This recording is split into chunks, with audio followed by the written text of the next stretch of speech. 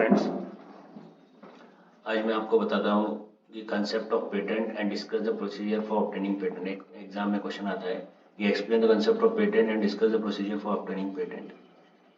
तो पहली बात तो पेटेंट होता क्या है। अब patent is an integral part of a registered business. ठीक है, पेटेंट क्या होता है? Is an integral part of a registered business in view of the fact that obtaining a legal right to product, design और idea. तीन चीजें हैं। Legal right to किसको? प्रोडक्ट, डिजाइन और आइडिया। प्रोडक्ट, डिजाइन और आइडिया। ठीक है, patent is an integral part of a registered business and it protects view of the fact that obtaining a legal right to product, design or idea to the success can add. So what is important of patent? It can add to the success of business. ठीक है, कॉन्वर्सली देखो small businessman होते हैं, उनको patent obtain करने के लिए बहुत टीडियस टास्क होता है। सो देयरफॉर कुछ मेरिट्स भी है और कुछ डीमेरिट्स भी है। ठीक है, अभी पेटेंट क्यों जरूरी है? देखो इधर दिया है कि पेटेंट इसलिए जरूरी है कि कोई आपका आइडिया जो है वो स्टील ना कर सके और उस पर आप पैसा ना कमा सके। तो आपको रॉयल्टी मिले उस चीज की और आपकी आइडिया भी स्टील ना हो, क्योंकि इतनी मेहनत से कुछ तो इन्वेंशन बनाया होगा आपने, इसके लिए ये पेटेंट का प्रोविजन है। ठीक है, the concept of patent is very important because someone or an organization may steal your intellectual properties without paying a royalty to you. समझ में आया? without paying a royalty to, hence the need for various governments to protect the right of an inventor. देखो अभी तो Google वगैरह आ गया है, लेकिन उस जमाने में जैसे कि आप समझोगी बल्ब थॉमस अल्वा एडिसन या जिन लोगों के भी जो इन्वेंशंस है, उन लोगों का अगर उस टाइम उतना नहीं था, लेकिन कंपटीशन नहीं था या स्टीलिंग ऑफ इंटेलेक्चुअल आइडियाज नहीं था, उस टाइम अगर नहीं होता तो समझो तो उन्होंने तो अपनी पूरी जिंदगी इसमें लगा दी। ठीक है, तो in order to protect your idea and so that no one can steal your intellectual properties without paying royalty to you, the need for protecting the concept of patent was introduced. ठीक है, introduction में क्या लिखोगे? Patent integral part है registered business का, वो जो कि लीगल राइट प्रोवाइड करता है किसको? प्रोडक्ट, डिजाइन और आइडिया को, और इसके कारण क्या होता है? सक्सेस ऑफ बिजनेस हो जाता है। उसके कुछ मेरिट्स है, डिमेरिट्स भी है, वो आगे देखेंगे। तो सबसे इंपॉर्टेंट बात यह है कि someone can not steal your intellectual properties. ठीक है, someone can not steal your intellectual properties without paying a royalty to you. ठीक, अभी उसके बाद इंट्रोडक्शन में एक डेफिनेशन लिख सकते हो। डेफिनेशन किस में गया? Section 2 subsection 1, section 2 subsection 1 to section 2। जैसे कि आपको पता है हर किसी का डेफिनेशन या किसमें मीनिंग किसमें दिया है। अब तक आपने लॉ के स्टूडेंट हो, आपको पता चलना चाहिए किसी का भी मीनिंग या डेफिनेशन या इंटरप्रिटेशन किस सेक्शन में दिया जाता है? सेक्शन 2 में। ठीक है, उसमें सब सेक्शन हो गया हर एक चैप्टर एक्ट के, लेकिन कौन सा भी एक्ट उठा के देख लो, हर इसका मीनिंग इंटरप्रिटेशन आपको सेक्शन 2 में मिलेगा। ठीक है, section 2(1) of the 1917 Patent Act of India, the term patent can be defined as legal protection for any invention. देखो मैंने जैसे बताया थॉमस एल्वा एडिसन ने कुछ बल्ब इन्वेंट किया या कुछ तो है, जैसे उसको हम legal protection for any invention. जैसे वो आज की डेट में देखो इलेक्ट्रिक बाइक बहुत चल रही है। इलेक्ट्रिक बाइक हर किसी को भी पेटेंट चाहता है, क्योंकि क्या है, आप अगर कोल्हापुर या बाकी इधर महाराष्ट्र या कर्नाटक किधर भी देखोगे तो हर कोई आपका अपना इन्वेंशन ला रहा है। तो इसके लिए as a legal protection for any invention, the term patent can be defined as a legal protection for any invention. ठीक है, in other words patent is described as a legal right granted to individual who is regarded as an inventor under this act. वही घुमा फिरा के बोलिए, meaning of patent हो गया, देखो इंट्रोडक्शन में हो गया, डेफिनेशन हो गया सेक्शन 2 में, मीनिंग, फिर वही से legal right that is granted by the government of country to an individual or inventor with a view to excluding other people from selling, making, using the invention for a certain period of time. ठीक है, समझ गए? Legal right दिया जाता है एक inventor को, जो इसके कारण कोई दूसरा उसको सेलिंग ना कर सके, उसका कोई मैन्युफैक्चरिंग ना कर सके और उसको रॉयल्टी मिल रहा है। ठीक है, in order to product to encourage product, design और ideas that are useful to the society. एक ब्रीफ हिस्ट्री दी है, history of Indian patent act जी, कैसे कब से चालू हुआ है। ये एक्चुअली 18th सेंचुरी में चालू हुआ था। The historical development of patent system in India dates back to 18th century. ठीक है, और लेटेस्ट जो अमेंडमेंट हो गया 1 जनवरी 2005। अब ये देखो क्रोनोलॉजिकल ऑर्डर, देखो 1857 में आपने हिस्ट्री में पढ़ा होगा तो क्या हुआ था? 1857 का रिवोल्ट, या हम बोलते हैं द ग्रेट रेबिलियन और द ग्रेट रिवोल्ट, हाँ, जिसके खिलाफ जो इंडियन सोल्जर है उन्होंने रिवोल्ट कर दिया था अंग्रेज के। मंगल पांडे आपने मूवी देखी होगी, उसमें बताया गया। तो उसके जस्ट एक साल पहले 1856 में क्या हो गया, act 6 to protect the investor of Indian. The evolution of patent system started in 1856 with the introduction of the Act 6 to protect the interest of inventors, ठीक है। उसके बाद 1856 एक्ट को मॉडिफाई किया गया एक्ट 50 में, एक्ट 6 को मॉडिफाई किया एक्ट 50 में, 1859 में, किसमें, 1859, एक्चुअली ये 1959 में है लेकिन एक्चुअली ये 1859 है, ओके। उसके बाद आ गया 1872, उसमें patterns and design protection act introduce किया गया। क्या किया गया, patterns and designs protection act. उसके बाद 1883 में प्रोटेक्शन ऑफ इन्वेंशन एक्ट, ठीक है, प्रोटेक्शन ऑफ इन्वेंशन एक्ट। उसके बाद 1911 में Indian patents and design act was प्रोमोगुलेटेड। 1911 में क्या हो गया, Indian patent act and designs act was प्रोमोगुलेटेड, ठीक है। 2002 patents amendment act was came into being, ठीक है। 26 मार्च 1999 the patent amendment was introduce. देखो 1999 में अमेंडमेंट एक्ट इंट्रोड्यूस हो गया पेटेंट का, और 2000 में केम इनटू बीइंग, और अमेंडमेंट उसमें हो गया 2005 में, प्रिसाइसली 1 जनवरी, ठीक है। कुछ ज़्यादा नहीं है, आप लिखना चाहो तो आपका आंसर इलाबोरेट करने के लिए लिख सकते हो। हिस्ट्री डेवलपमेंट क्रोनोलॉजी का ऑर्डर क्या है।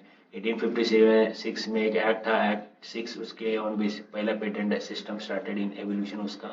उसके बाद 3 साल उसको अमेंड किया गया, एक्ट 50 बोला गया। उसके बाद 1872 में पैटर्न डिजाइन प्रोटेक्शन एक्ट हो गया, फर्दर उसका प्रोटेक्शन ऑफ इन्वेंशन एक्ट हो गया। 1999 में क्या हो गया, पेटेंट अमेंडमेंट एक्ट आ गया 26 मार्च 1999। उसके बाद 2000 में एक्चुअली वो patent act came into being, और 5 में amendment,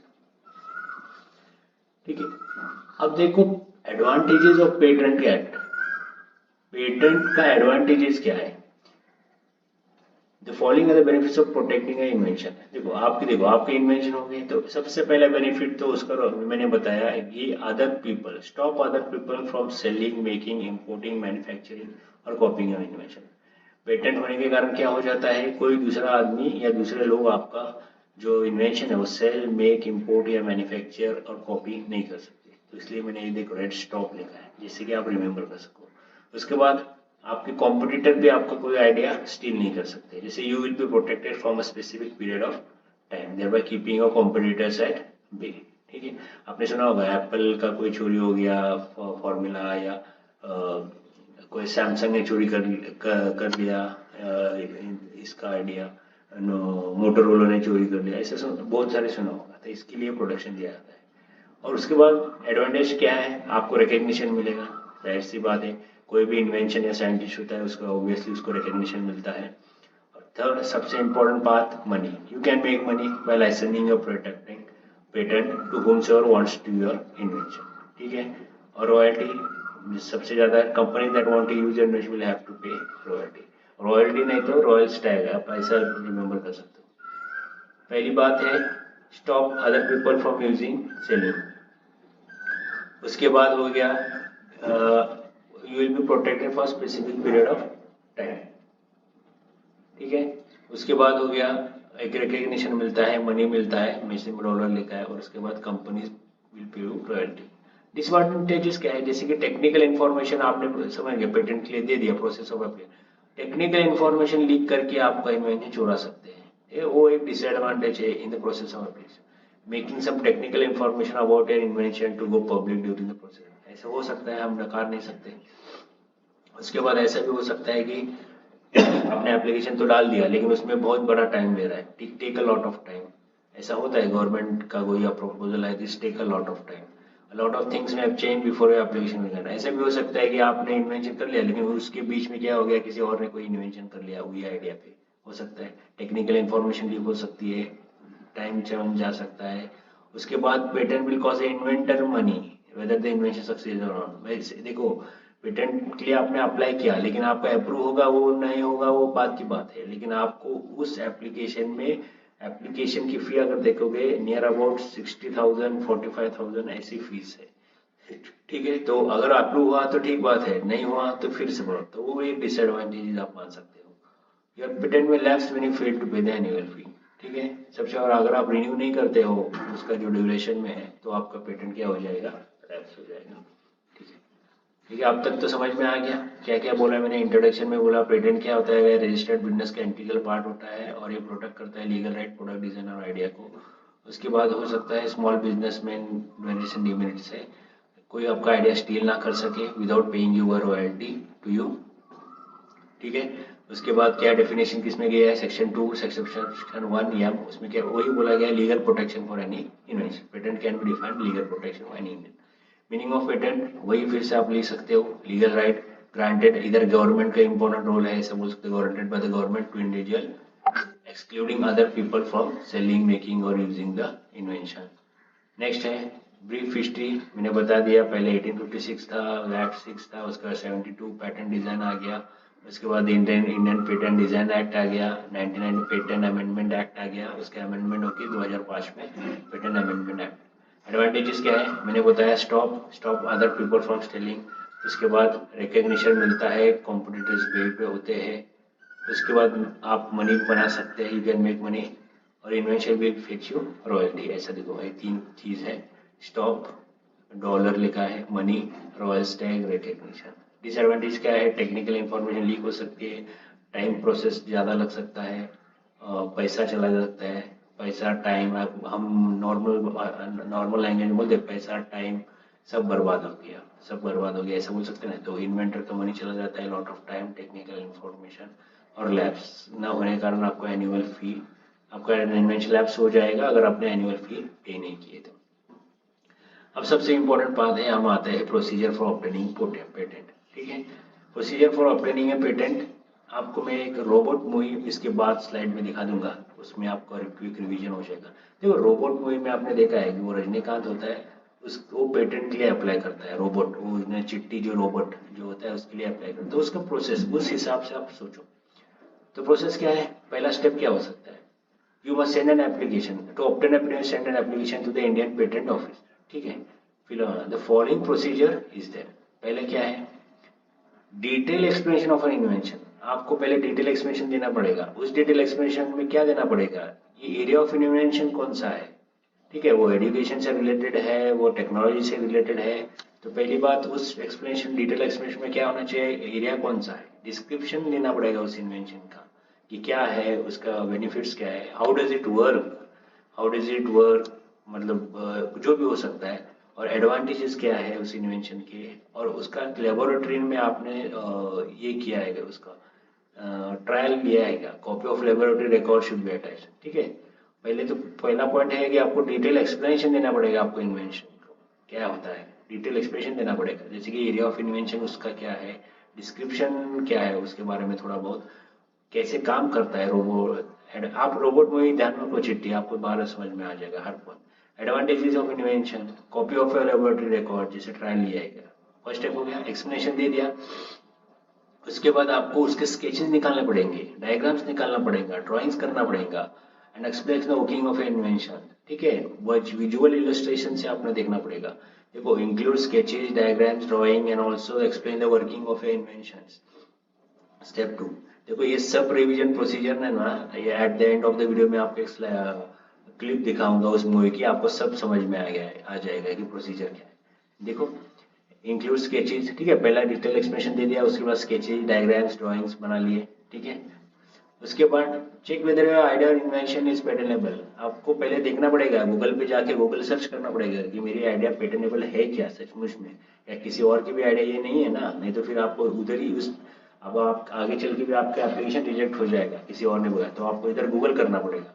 check whether your idea और invention is patentable, in India not every invention is patentable, you need to be sure that your invention is patentable, check where to confirm your invention। ठीक है, उसके बाद पेटेनेबल search, ठीक है, Google कर लिया, after Google कर लिया, हाँ आपका आइडिया पेटेनेबल है। ठीक है, next step is to see whether you meet the Indian patent act criteria, देखो आपने गूगल कर लिया, पता चल गया आपके आइडिया पेटेनेबल है, उसके बाद आपको इंडियन पेटेंट एक्ट के क्राइटेरिया में बैठता है क्या वो देखना। उसके क्राइटेरिया क्या है भाई, नोवेल्टी मतलब इनोवेशन, नए आइडियाज, नॉन ऑब्वियस मतलब ऑलरेडी नोन, ऐसा नहीं होगी कि हर किसी को कोई पता हो, ऐसा हट के होना चाहिए, that is called as non obviousness.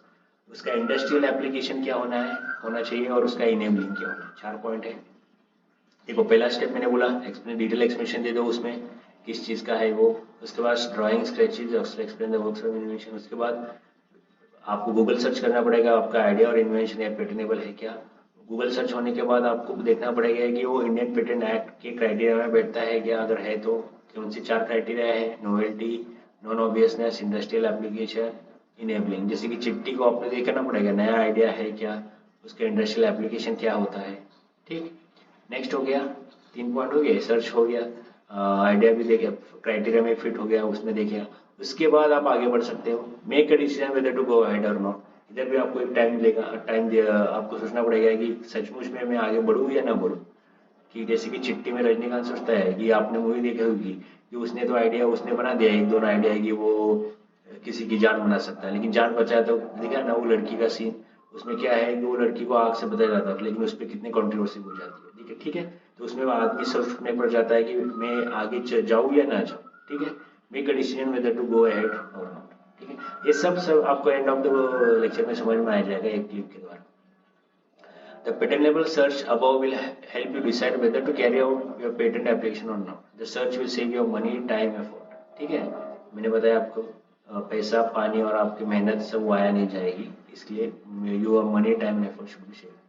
Right your patent application, उसके बाद हो गया। चलो मैंने फिक्स कर लिया कि मुझे जाना है आगे, तो आपको क्या करना है, राइट योर पेटेंट एप्लीकेशन लिखना पड़ेगा। तो आप पेटेंट एप्लीकेशन आप खुद भी लिख सकते हो, लेकिन ऐसा माना जाता है कि प्रोफेशनल एप्लीकेंट जो लिखता है उसकी मदद से आप लिख लिए तो आपका पेटेंट एप्लीकेशन अच्छा हो जाएगा। Ensure you write a professional application. In case you are not good at writing application letters you may contact the stage at to professional for a small fee. ठीक है, नेक्स्ट हो गया application बना लिया, publication of your application. ठीक है, भाई इसमें तो आपको पब्लिकेशन पढ़ना पड़ेगा। Not later after drafting the application shall be published not later than 18 months of the first file. देखो आपने एप्लीकेशन दे दिया, उसको आपको अभी पब्लिश करना पड़ेगा। कितने महीने में टाइम है, not later than 18 months। However, if you cannot wait until the 18 months, then you will have to make an early patent application public and request with a token. Generally, it takes a month for your application to be published after payment. देखो आपने apply किया, fees पे कर ली, तो उसमें generally एक month लगता है, तो उसके दौरान आपको एप्लीकेशन पब्लिश करना पड़ेगा। पेटेंट का एप्लीकेशन आपको पब्लिकेशन करना होगा। उसके जैसे कि चिट्ठी रोबोट के बारे में आपको बताना पड़ेगा लोगों को पब्लिकेशन करके कि क्या है। द पब्लिकेशन में क्या क्या आना चाहिए, publication includes following, application number आपने किस पेटेंट के दिया है, उसके बाद डेट ऑफ फाइलिंग दिया है, डेट ऑफ फाइलिंग क्या है, टाइटल ऑफ इन्वेंशन क्या है, ये रोबोट है क्या है, पब्लिकेशन डेट क्या है, इंटरनेशनल पेटेंट क्लासिफिकेशन क्या है, address, name of the inventor कौन है, obviously priority details like document number, extract number, drawing. ठीक है, समझ में आ गया। आपने एप्लीकेशन फाइल कर लिया, उसमें आप उसके बाद आपको पब्लिश करना पड़ेगा 18 months के not later from the date of first filing. उसमें ये चीज आनी चाहिए, आप पढ़ लेना, बाद में समझ में। उसके बाद request for exam, your patent, आपका एप्लीकेशन हो गया, चला गया, your patent application will be examined once you make an examination request. आपको एग्जामिनेशन रिक्वेस्ट देना पड़ेगा, उसके बाद आपको एप्लीकेशन एग्जामिन होगा। कौन करेगा, controller. Once the controller receives your request for examination, controller मतलब आप इधर याद में रखो डैनी डोंजनपा जो रोबोट मूवी में है ना, वो विलन है, चिट्ठी की हर एक जो आइडिया है वो नकारता रहता है, ये रोबोट नहीं है, वो कंट्रोलर। आप एक ऐसा लिख सकते हो, रिक्वेस्ट फॉर एग्जामिनेशन। ठीक है, once the controller receives your request he will assign a patent examiner to examine your application with respect to the following। कौन से क्राइटेरिया, वही है novelty, innovative step, industrial application, enabling. आपने robot movie देखी हुई तो पता चल जाएगा। ठीक है, the examiner will then compile a report and forward the same to the controller। obviously controller एक एग्जामिनर का अपॉइंट करेगा और एग्जामिनर ये सब चीज देखेगा है क्या, उसके बाद एग्जामिनर कंट्रोलर को रिपोर्ट भेजेगा। उसके बाद अगर कोई ऑब्जेक्शन होगा तो आपको इसको रिस्पॉन्ड करना होगा। Based on the examiners to the issue of objection में raise, once you are not satisfied with the report you have the right to raise an objection, clearing every objection. तो फिर आपको हर ऑब्जेक्शन आपको clear करना पड़ेगा controller से। जैसे Rajinikanth Danny से बोलता है कि मेरे हर एक ऑब्जेक्शन क्लियर करता है, वो हर एक क्वेश्चन को ये करता है, सब्सटेंशिएट करता रहता है कि ये कैसे यूजफुल है। That is called as clearing every objection, और उसके बाद मिलेगा grant of patent. Once your patent application has been met all patent criteria, then published in a patent journal. ठीक है, देखो कॉस्ट ऑफ पेटेंट फी क्या है, कॉस्ट ऑफ पेटेंट फी, ठीक है। प्रोसीजर समझ में आ गया? फिर से एक बार रिपीट करता हूँ, क्या होगा प्रोसीजर में, एक्सप्लेनेशन देना पड़ेगा, डिटेल एक्सप्लेनेशन, ये चीज होगी, स्केच निकालना पड़ेगा, ड्राइंग्स निकालना पड़ेगा, उसके बाद आपको गूगल सर्च या check whether your idea is patentable, और पेटेंटेबल सर्च होने के बाद क्राइटेरिया में बैठता है क्या, ठीक है। उसके बाद डिसीजन लेना पड़ेगा, आगे जाऊँ या ना जाऊँ, ठीक है। उसके बाद आपको एप्लीकेशन फाइल करना पड़ेगा, राइट योर एप्लीकेशन लिखना पड़ेगा, राइट ऑफ पेटेंट एप्लीकेशन लिखना पड़ेगा प्रोफेशनल की मदद से। उसके बाद पब्लिकेशन करना पड़ेगा, फाइलिंग के बाद आपका फाइलिंग हो गया तो 18 महीने के अंदर आपको फाइलिंग करना पड़ेगा पब्लिकेशन। और पब्लिकेशन में क्या क्या होना चाहिए, application number, date, time, publication date, name of the inventor, सब चीज़। उसके बाद आपको एग्जामिनर को रिक्वेस्ट करना पड़ेगा, रिक्वेस्ट फॉर एग्जामिनेशन करना पड़ेगा आपका पेटेंट कंट्रोलर को। Examine once you make an examination, once the controller receive request, तो कंट्रोलर क्या करेगा, एग्जामिनर को अपॉइंट करेगा आपका पेटेंट सर्च करने, पेटेंट का यूजफुलनेस सर्च करने के लिए। किस क्राइटेरिया पे, ये क्राइटेरिया 4 में बैठता है क्या, novelty, innovative, innovative step, industrial application, enabling, ठीक है। उसके बाद आपको रिस्पॉन्ड करना पड़ेगा ऐसा ऑब्जेक्शन अगर उसमें रेज किया है तो, और उसके बाद क्लियर भी करना पड़ेगा, सब्सटैंडर्ड करना पड़ेगा, हर ऑब्जेक्शन आप क्लियर कर पाते हो क्या नहीं, और लास्ट में आपको पेटेंट मिल जाएगा। ठीक है, समझ में? अब कॉस्ट ऑफ पेटेंट क्या हो सकता है इंडिया में, cost of patent registration in India में कितना हो सकता है, देखो fees charge by government for renewal forms and request, और 2 प्रकार के होते हैं, गवर्नमेंट और रिन्यूअल में रिक्वेस्ट, और fees charge by patent agents और प्रोफेशनल। ठीक है, 45,000 to 65,000 के बीच में आपको पेटेंट के लिए मतलब टोटल अमाउंट कॉस्ट आ सकता है। ठीक है, आप ये पढ़ लेना, आपको समझ में आएगा। अब एप्लीकेशन किधर फाइल कर सकते हैं पेटेंट का, देखो आईपीओ, इंडियन पेटेंट ऑफिस, पहले 4 ऑफिस है, चेन्नई, मुंबई, कोलकाता, दिल्ली, सब मेट्रोज में है। आप किसी भी ब्रांच में जाके आपका पेटेंट एप्लीकेशन फाइल कर सकते हो। कितने साल लगेंगे अप्रूवल के लिए पता नहीं, लेकिन जनरली ऑब्वियसली 4 से 5 साल आपको एप्लीकेशन ग्रांट लेने के लिए लगते हैं। टर्म ऑफ पेटेंट 20 साल के लिए वैलिड होगा। देखो टर्म ऑफ कितने साल के लिए वैलिड होगा, 20 साल के लिए, और आपको हर 2 साल में आपको वो रिन्यू करना पड़ेगा। Patent renewal process second year expire, for after the second year expire. ठीक है, कंक्लूजन में आप लिख तो लास्ट 20 ईयर्स के बाद रॉयल्टी मिलेगी, इंटेलेक्चुअल प्रॉपर्टी। मेन चीज है प्रोसीजर क्या है, उसका इंपॉर्टेंस क्या है, आपको मैंने वो बता दिया। अब फिर से एक बार वीडियो देख लेना, बार बार सुन लेना, तो आपको ध्यान में आ जाएगा मैं क्या बोल रहा हूँ।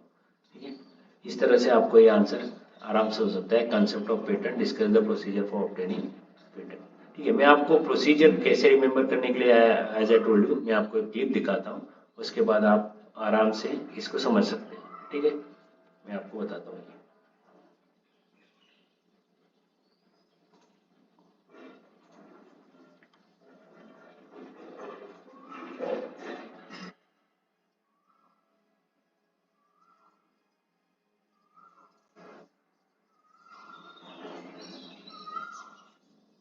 ये देखो एक रोबोट मिल रहा है, देखो फर्स्ट में क्या है, राइट योर एप्लीकेशन, मेरे को लगे राइट योर एप्लीकेशन। ठीक है, फर्स्ट स्टेप प्रोसीजर क्या, राइट योर एप्लीकेशन, मतलब क्या है उसमें क्या क्या आना चाहिए, मैंने बोला एडवर्टाइजिंग में इनेबल है क्या। ठीक है,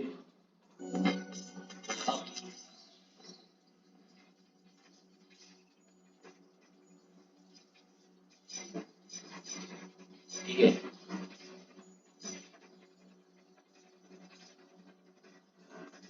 ये देखो इधर स्केच बनाना पड़ेगा, स्केच सेकेंड पॉइंट क्या है, स्केच बनाना पड़ेगा, उस चीज का क्या इन्वेंशन का क्या स्केच ड्राइंग बनाना पड़ेगा। ठीक है,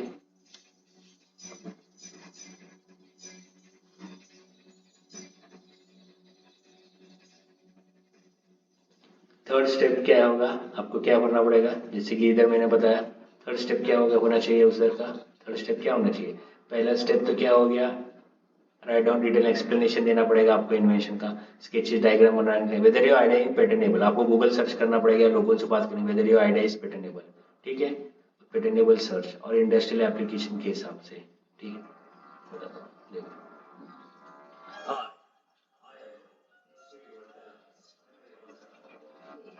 देखा, ये स्पीड 1 टेराहर्ट्ज में 1 टेराहाइट्स मतलब क्या है, ये गूगल सर्च कर रहा है, वो आइडिया पेटेनेबल रजनीकांत देख रहा है कि आपको मेरा सचमुच में मेरा पेटेनेबल है क्या। हाँ, और अभी वो नेक्स्ट क्या आता है, क्राइटेरिया देखिएगा। नेक्स्ट है whether it fits to the Indian patent act criteria. Criteria कौन कौन सा है, नोवेल्टी, ठीक है, नॉन ऑब्वियसनेस, ठीक है, उसके बाद क्या आता है, novelty, non obviousness, industrial application और इनेबलिंग, ठीक है।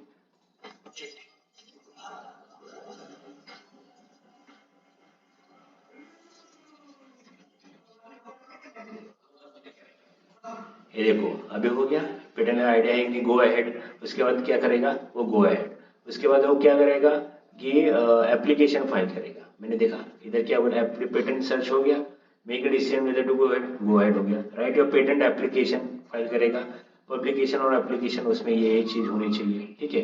उसके बाद रिक्वेस्ट फॉर एग्जामिनेशन, ये जो पार्ट है अभी ये एग्जामिनेशन कर रहा है, वो क्या कर रहा है, एग्जामिनेशन कर रहा है, ये अपना वो जो इन्वेंशन है, तो एक कंट्रोलर होता है और ये एग्जामिनर लोग है, डैनी डोनम का कंट्रोलर है और एग्जामिनर रोल है, और ये पता लगा रहा है कि 4 points, novelty, non obviousness, industrial application, तो उसका वो क्रॉस एग्जामिनेशन हो रहा है। सबको बनाने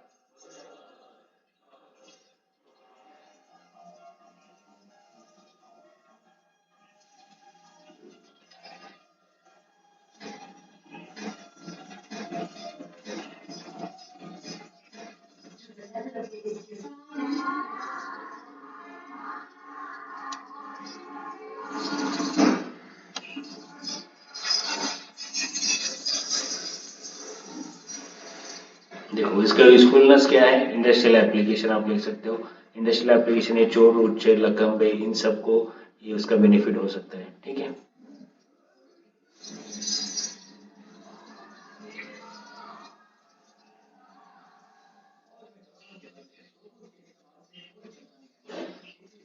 देखो ये हो गया, डॉनी डोनजम का आ गया, ये क्या हो गया, आपने रिक्वेस्ट एप्लीकेशन किया, ये कंट्रोलर है और ये सब एग्जामिनर है, और ये आपको बता रहे हैं एग्जामिनेशन करेंगे, उसका इंडस्ट्रियल बेनिफिट और वगैरह क्या होता है उनके। आप अभी रजनीकांत क्या कर रहा है, इन सब के सामने बता रहा है, और ये हर कोई डाउट्स है इनके डाउट्स वो क्लियर कर रहा है। जैसे कि हमने बताया कि रिक्वेस्ट फॉर एग्जामिनेशन और रिस्पॉन्ड टू ऑब्जेक्शन, हर ऑब्जेक्शन में रेज होगा, उसको आप एवरी ऑब्जेक्शन को क्लियरली ऑब्जेक्शन देना पड़ेगा, उसके बाद पेटेंट में ग्रांट होगा। समझ में आ गया, आप एक बार अभी क्लिप देख लोगे तो बाद में समझ में आएगा, ठीक है। Hope you enjoy the video, so enjoy the video, the clip and share, like and subscribe and सभी वैज्ञानिकों और अधिकारियों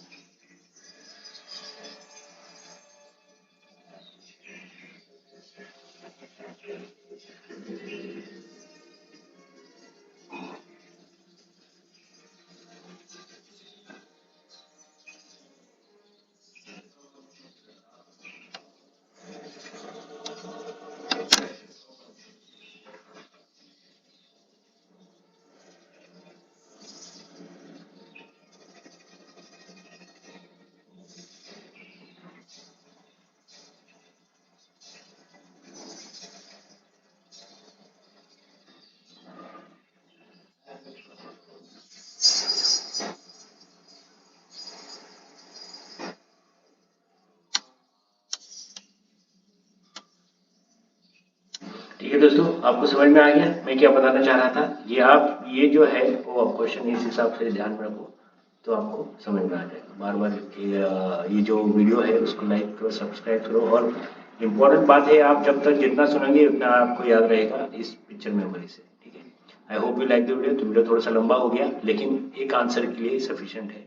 30 मिनट आप दे सकते हो तो आराम से आप एक आंसर 16 मार्क का लिख सकते हो। Thank you.